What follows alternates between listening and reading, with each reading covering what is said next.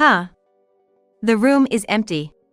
When I returned from my father-in-law's hospital, I was dumbfounded to see my own room with not a single piece of furniture left. Even when I entered the room, not even a pencil was left. Who on earth could have? I knew who the culprit was, but I muttered anyway. Then immediately, the culprit spoke up.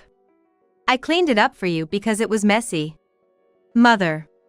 Leaning against the door and looking this way, my mother-in-law had a very spiteful smile on her face. Parasites should leave. I knew she didn't like me, but I didn't deserve to be spoken to like that. I've been putting up with it for the sake of Michael's face until now, but I've reached my limit of patience. All right. I cheerfully replied and left my home. I'll go to a hotel for now. And then I'll discuss what to do next. After contacting Michael, I stretched out big. I was in a very clear mood. All right, let's cut everything off. I was excited about what was to come. My name is Ashley Smith. I'm a 35-year-old career woman. I married my husband Michael 5 years ago and am currently living with his parents. My husband Michael is a very kind person. There's not a day I don't think I'm glad I married Michael. I met Michael at the company. We were assigned to the same department, and it all started when I helped with the work. Michael is not exactly what you'd call proficient at his job. Initially, my impression of Michael wasn't great, to be honest. However, as we worked together, my impression of him started to change. Michael was very good at supporting others. He would take on helping a colleague who was working late without complaint and genuinely rejoice in their success. As I saw more of Michael, I found myself increasingly drawn to him. I was the one who asked him out first, and I was the one who confessed my feelings. Of course, I was also the one who proposed. The most nervous I've ever been was not during a business negotiation, but at that moment. Some might say Michael is whipped or that I wear the pants in the relationship. Initially, I worried he might not appreciate my forthright approach, but Michael told me that's what he finds attractive about me. Besides, Michael is not just kind but also a man of substance. He usually defers to my judgment, but when it really matters, he steps up and takes the lead. That's why I'm determined to protect him with all my might and want us to support each other. So, when my in-laws demanded we live with them as a condition of our marriage, I agreed without a frown. Michael was concerned, but I thought it was a small price to pay to marry him. However, my relationship with my in-laws is far from great. They dislike me continuing to work after marriage and often make snide remarks or unreasonable demands. Each time, Michael stands up for me, which they don't find amusing at all. Hey there! What's this? What do you mean? It's breakfast. I get up at 5 a.m. every morning to prepare breakfast and lunch for everyone. Today's breakfast menu was rice, a miso soup with a lot of ingredients. And I made grilled fish, a rolled omelette, and spinach with sesame dressing as well. I think it's a perfectly fine meal for breakfast, but my mother-in-law started nitpicking it. This salty menu is going to make us sick, you know? No, I didn't intend for that. Originally, it was my in-laws who insisted on having a traditional Japanese-style breakfast with 1 soup and 3 sides. I use low-sodium soy sauce and miso, and I'm careful to season lightly using broth. I've explained this many times, but my mother-in-law won't be convinced. Oh, scary, scary. That's how you bully the elderly, huh? Elderly. You're only 55, aren't you? Quiet. Just get on with the meal preparation. The fact is, my mother-in-law is indeed 55. Michael was born when she was 20, and she's always been proud of that. It seems she's always tried to one-up others with her youthfulness, according to Michael, who said she doesn't have any mom friends. But my mother-in-law believes they're just jealous of her youth. Pre-made food again. I hate those stuff. As a daughter-in-law, isn't it natural for you to come back at noon and take care of your in-laws' meals? I'm fed up with these daily exchanges and respond wearily. That's because I have a job, you know? And aren't I the one making lunch every morning? Ever since my in-laws berated me for preparing meals in advance, calling it cutting corners, I've made sure to prepare everything fresh on the same day. When I served leftovers, they complained about that too, so now I just eat them myself. I'm at my wit's end with such a lazy daughter-in-law. My mother-in-law said that before storming off to the living room. Finally feeling a sense of relief, I hurried to finish preparing the meal. Ashley's cooking is delicious today too. Thank you. While Michael eats with a smile, the snide remarks from my in-laws don't reach me. He understands this and tries to stay with me as much as possible. However, our jobs don't always end at the same time. Seizing those moments, my in-laws pounce with their unpleasant comments. Hey! The laundry is piling up. Do it now. Isn't that the laundry you've been hoarding, Father? You're just not attentive enough. That old jerk.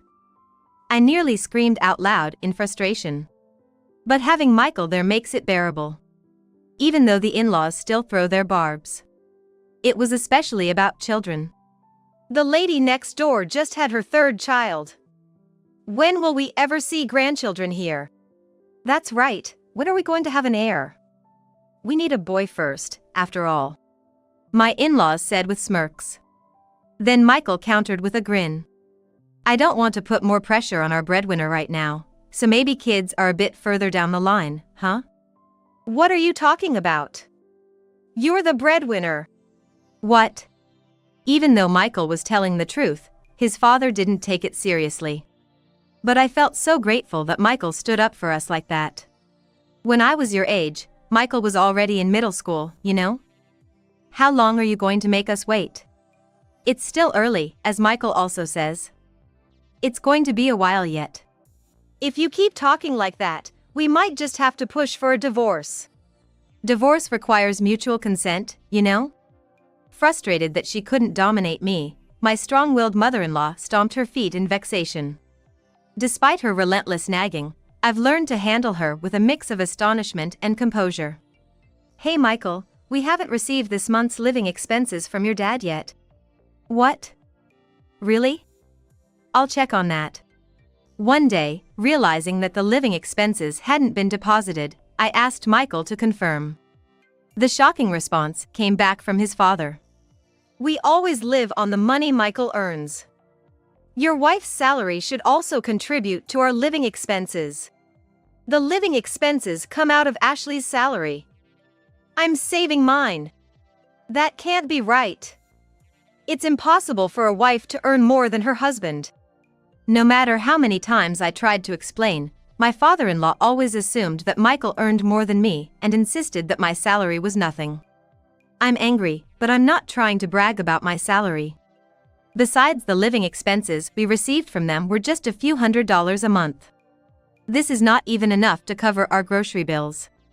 Originally, when we moved in together, my father-in-law objected to our proposal that we pay for everything, saying that he wanted to take over the house. We decided on this as a compromise. We wouldn't be in trouble without it anyway. It's fine, I'll cover it. But that means less money for you to use, Ashley. I'll contribute from my side. Michael said, looking apologetic. I just smiled brightly and made a V sign at him. It's okay. I've been promoted, and my salary will increase from the month after next. Wow, congratulations! You really deserved it. Michael clapped wholeheartedly, truly happy for me. I love this aspect of him. His praise alone helps me forget the daily annoyances. So, we'll keep saving your salary as we've been doing, Michael. Ashley, thank you. Seeing Michael's relieved face also put me at ease. From that point forward, we took on all the living expenses ourselves. That's when I started to notice how recklessly my in-laws were spending. Although she was annoyed at the sight of him buying brand-name goods, the two of them began to go out together on vacations more and more often, and on the surface, their days were peaceful. But that peace didn't last long. I've been told it's cancer. I'm getting admitted. One day, out of the blue, Michael's father called him with this news. Rushing to the hospital, we found him chatting and smiling with a female nurse. You're going to get scolded by your wife, you know. Ah, you're here. After I offered a helping hand to the embarrassed nurse, she thanked me and left. Michael, completely exasperated, addressed his father. What do you mean by cancer? Oh, it's early-stage cancer and still small, so it can be managed with surgery or chemotherapy. That's good to hear, but no matter how badly he had treated me, to Michael, that man was still his biological father. Seeing Michael slightly relieved after hearing his father's words made me relax a bit as well. Then the doctor returned to the room with mother-in-law. Oh, you guys are here? Because if you receive such a sudden call, you'd be worried, right? Well, it's nothing serious. Oh yes, just a moment. She then started rummaging through her bag. And she honeyed over a document. It was an estimate of the hospitalization and surgery costs. Take care of this payment, will you? What? What? You're my daughter-in-law and you're complaining to me? Who do you think you've been supporting all this time? I'm the one who has supported your life since we got married. I wanted to shout that, but I managed to restrain myself. However, my silence seemed to be misconstrued by mother-in-law as admission. And she began to speak louder, almost giving a speech. With Michael's earnings, you surely won't say you can't pay. Saving money is a good wife's duty, after all. Well, I just couldn't muster the energy to argue anymore and gave a vague response. After that, my father-in-law's hospital stay dragged on. Just when I thought there was no talk of surgery, it turned out that father-in-law was refusing it. The reason was that he found the hospital life comfortable. The hospital where he was staying is well known around here and even celebrities get admitted there. Consequently, the hospital charges are higher than others. He was enjoying the attention from the charming nurses and the delicious meals. Getting used to just lying there and doing whatever he liked, he seemed reluctant to sign the consent form for surgery. We really need to make a decision soon. Yeah, I know, I'm sorry. When I went to collect the laundry, the doctor told me this, and I nodded in agreement. I can't just let my father-in-law keep treating this like a stay at a hotel. After all, the hospital bills are mounting. I'll discuss this with Michael tonight. With that thought, I took the laundry home, ran the washing machine, and then went back to my room. What? The room is empty! Returning from my father-in-law's hospital, I was stunned to see my room stripped of all furniture. Not even a pencil remained when I checked. Who on earth could have? I knew who the culprit was, but I muttered anyway. Then, right away, the perpetrator spoke up. I cleaned it up because it was a mess. Mother. Leaning against the door and looking at me, my mother-in-law wore a particularly spiteful smile. Parasites should leave. I knew she didn't like me, but there was no reason to be spoken to like that. I've been tolerating it for Michael's sake until now, but I've reached my limit. Alrighty then. I cheerfully responded and left my home. I guess I'll head to a hotel for tonight. Then I decided to discuss the next steps with Michael. After contacting Michael, I stretched out big time. I feel utterly relieved. Alright, let's cut ties with everything. I was excited about what was to come. Michael joined me right after his work. I shared the plan and he agreed soon. I'm really sorry about my parents. We put you through a lot. Let's cut ties with them. Hearing Michael say that, I felt a sigh of relief. I had been trying not to let it bother me, but it was undoubtedly a source of stress, so I was relieved to be rid of it. That day, only Michael went home, and we planned to meet up again the next day as if nothing had happened. I called a real estate agent from the business hotel and inquired. Sorry about the house we bought the other day. Yes, can we move in immediately? That's totally fine. Then I'll come to pick up the keys tomorrow, thank you. Michael and I had actually bought a house 2 years ago. Sorry to say, but despite the in-laws nagging about grandchildren, we had decided not to have kids. Instead, we used our savings to buy a vacation home for some respite. Fortunately, we had set up the handover for the following weekend, so they could accommodate us right away. I informed Michael that we could move into the house immediately, and I went to bed that night. The next day, I collected the keys from the real estate agent and entered our new home. It was a custom-built house designed entirely around our preferences. A study, bedroom, kitchen, they incorporated everything we wanted. Now, this is our very own place. Feeling elated, I lay sprawled out in the living room, which was still devoid of any furniture. Just then, Michael called, prompting me to go out and buy some furniture. We had already arranged for appliances like the refrigerator to be delivered that weekend, but we hadn't decided on the furniture yet.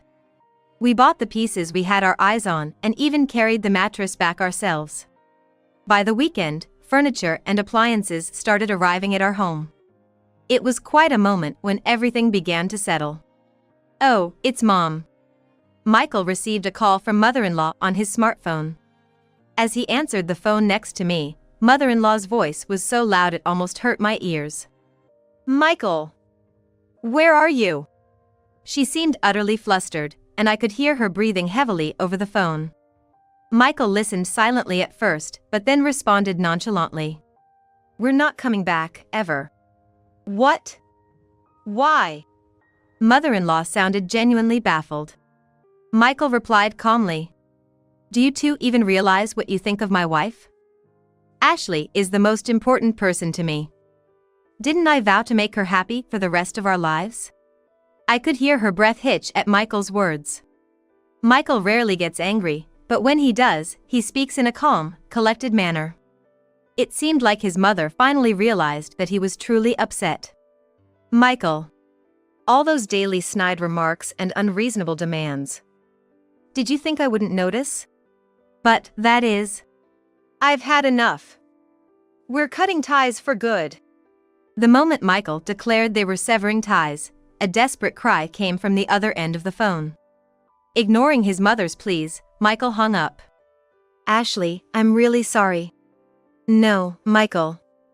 You've always been there to protect me." Michael smiled apologetically at my words.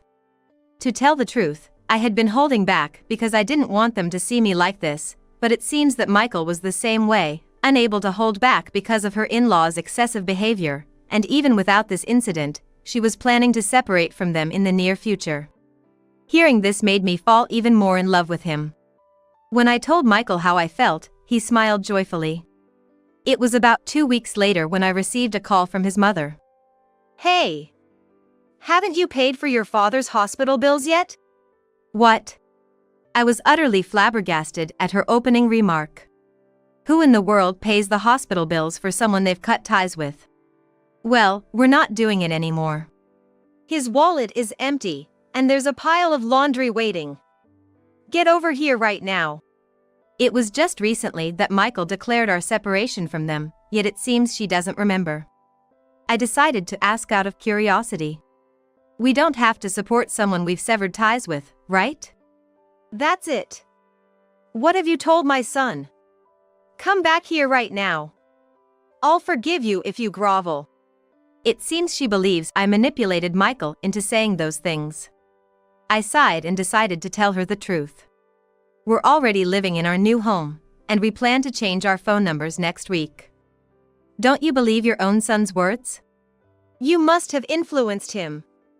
Just send Michael back. Don't you dare use his earnings. She, like her husband, seems to believe that Michael earns more than I do. I calmly explained our current situation. Didn't Michael tell you? He started his own business, so now I earn more than him. What? The truth is, Michael had always wanted to pursue something. There was a business in social welfare. Knowing this, I supported him. Finally, about 6 months ago, things fell into place, and he launched his enterprise. I was internally worried whether Michael, who isn't competitive, could manage a business. However, many talented people who were drawn to his character joined him, filling in where needed. Even though it's just the beginning, Michael's business is gradually increasing its profits. I've told you multiple times, I've been the one covering our living expenses, hospital bills, and even father-in-law's allowance. That can't be true. Do you want us to send you our pay stubs to prove it? After hearing all this, my mother-in-law finally seemed to believe me. Then, mumbling something under her breath, she spoke again. Do you have anything else you need? No. Well, could you possibly come back? What? I I was taken aback by her sudden request, unable to comprehend. Suddenly, my mother-in-law started to talk volubly. Look, this house is big, and Michael just started his business, it must be hard, right? I can help out. That's right. Let's live together and help each other out like we used to. Like we used to? I repeated her last words. In other words, my mother-in-law wants us to come back and work as we have always done, doing housework like a servant and working like a cart horse. I'd love to see someone who would agree to that. No, thank you. We disliked our previous lifestyle, which is why Michael and I ended up making this decision. But, if we could just meet halfway. Meet halfway? You've never once tried to meet us halfway. She kept insisting over the phone that things were different. But I couldn't see how. Then, perhaps out of desperation, she made an audacious request. Well, even if you don't come back, I'll forgive you. So, could you at least pay for your father's hospital bills, please? No, I don't think so. What? I wondered why she thought I would agree after all that. I sighed, exasperated. Cutting ties means ending all connections, you know? So no matter what you say, we won't provide any more support. Then let me talk to Michael at least. I looked over at Michael, who had been in the same room. He was listening to everything because the phone was on speaker. Michael looked at me and shook his head. I nodded in understanding and responded to my mother-in-law. Michael has heard everything. And he doesn't want to talk. What? She kept repeating why as if she couldn't grasp the situation. I offered a brief farewell and ended the call unilaterally. When she called back soon after, I ignored it.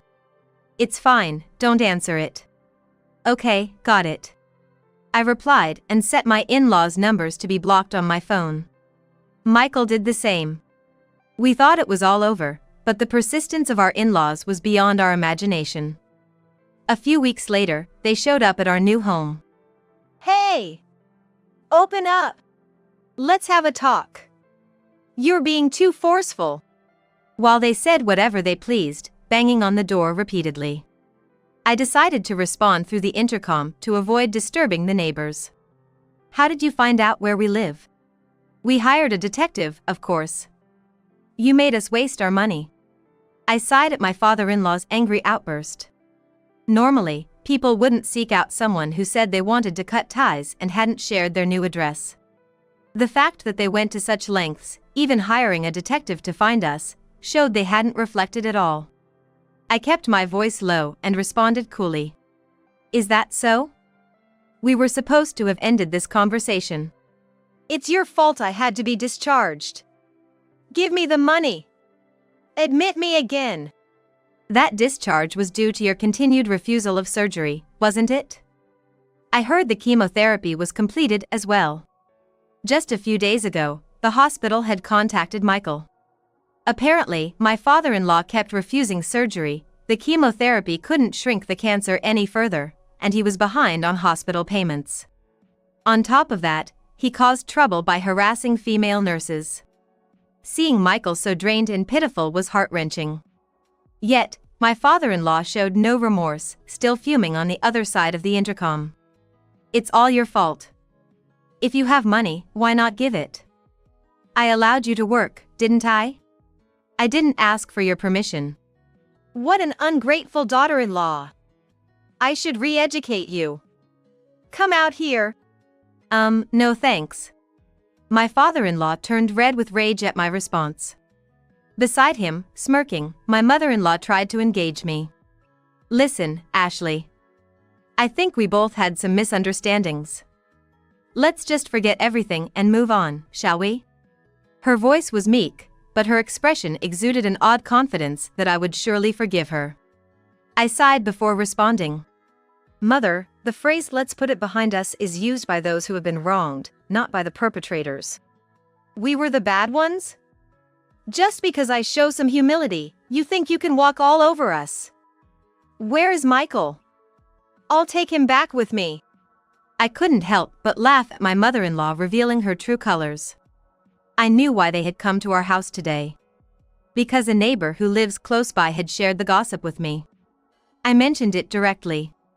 You both came here to beg for money today, didn't you? Is that appropriate behavior? Begging? We came here to claim the money you owe us. Father, that's what you call begging. I burst into laughter in front of the intercom. My laughter only fueled my father-in-law's anger. But I didn't care. I continued to inform him calmly. Father, you're being sued by a nurse, aren't you? It's not acceptable to touch or say inappropriate things to someone who isn't your wife, especially in today's world. Why do you know that?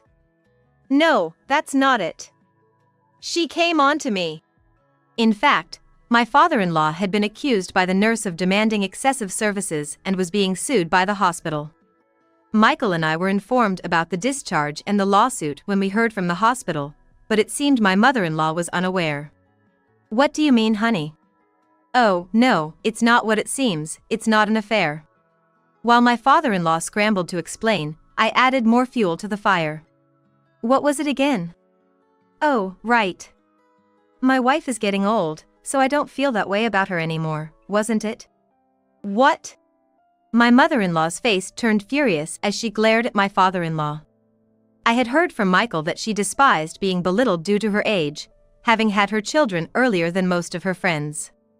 My father-in-law turned pale and tried to placate her. What are you guys doing? Just then, Michael arrived home. I had contacted him as soon as his parents showed up. When Michael's parents saw him, they desperately clung to him. Michael, come back. I can introduce you to a younger and prettier woman than that wicked one. Honey, did you go to that place again? Michael's mother raised her voice sharply in response to her husband's words. No, it's not like that. Michael, listen. Your father has been cheating. That's not cheating, it's... Even through the intercom, it was clear that Michael was looking at his parents with a cold gaze. While they were ranting, Michael remained silent. Noticing this, his parents suddenly tried to sweet-talk him. Just come back for now. You'll find someone better quickly. Don't worry about it. Their true intention to use him as their own personal wallet was blatantly obvious, but Michael just smiled at them. At that moment, the in-laws thought they had him softened, but they were about to be dropped into the abyss. Can you please stop this nonsense? What? I've already said we're cutting ties. Don't say such convenient things after hurting the person I love. Just then, a police car pulled up in front of our house. Michael greeted the officer with a smile. Excuse me, are you the one who made the report? Yes, I'm sorry, but these people were sitting in front of our house causing a nuisance. We received similar reports from your neighbors. Come on guys, you can't be causing trouble like this. The officer looked at them. While they turned white with shock. Michael, ignoring his parents, greeted the officer and came inside. I hope the officer will handle it from here. Sorry for interrupting your work. There's nothing more important than your safety, Ashley. With those words from Michael, I felt incredibly proud and hugged him. A few minutes later, the officer informed us through the intercom that my in-laws had left. We thanked the officer for his help. It seems the telling off they got from the police officer made a difference because after that, my in-laws never came to our house again. It turns out my father-in-law couldn't return to his previous hospital and ended up getting surgery at a public hospital. They sold their house to cover the surgery costs and now live cramped in a tiny studio apartment. The leftover money from the house sale was used to pay the surgery bills and as compensation to the nurses and the hospital for the trouble caused. They once tried to get in touch with us through a relative, but since we had already filled that relative in on the situation, they blocked them on our behalf. It seems they thought everything would be fine as long as they didn't come to our house. And they kept trying every which way to contact us. So, I am relieved that I have not heard from them since I was told through my lawyer that they are not allowed to approach us. By the way, me and Michael were quite involved in our community and apparently well liked among the local housewives. My parents-in-law lived in a state of isolation from everyone around them until they sold the in-laws' house, claiming that they had kicked us out. After selling the family home, my in-laws were rejected by every landlord in the neighborhood and had to leave the area they had lived in for so long. I heard from relatives that they were completely out of money and started working to make ends meet. However, my mother-in-law had never worked before, and her stubborn nature meant she couldn't hold down a job for long. This seemed to be causing a lot of strain in their marriage. As for us, we recently found out we're expecting. While we were stressed about my in-laws, the thought of having children seemed daunting, but now that we're actually expecting, we feel an overwhelming sense of love. Michael feels the same way, smiling joyfully and caressing my belly every day. Of course, we have no intention of telling the in-laws. We believe that not allowing them to see their most desired grandchild grow up is the best revenge. Michael's business is doing well, with nearly 100 employees now. Recently, we've been getting more clients and are gearing up for even busier times. I've decided to quit my job since I'm expecting a baby. This was something I've been contemplating ever since Michael started his business. I plan to help out with his work. Moving forward, we want to grow the company together as a couple. Lately, our shared hobby has been knitting. On our days off, we knit things for the baby together. I'm working on a yellow hat, and Michael is making a light blue one, and these peaceful moments are incredibly joyful for us now. I'd be thrilled if our baby turns out to be a girl. I'd be happy either way, you know. I feel the same. Oh, but when she grows up and gets married. Oh, I'm getting teary just thinking about it. I chuckled and patted Alex's head as he got misty-eyed just imagining it. The sky is blue. How about Sky for a name? That's a coincidence, I was thinking the same. We looked at each other and laughed. I hope these happy days last forever. That's what I thought while knitting.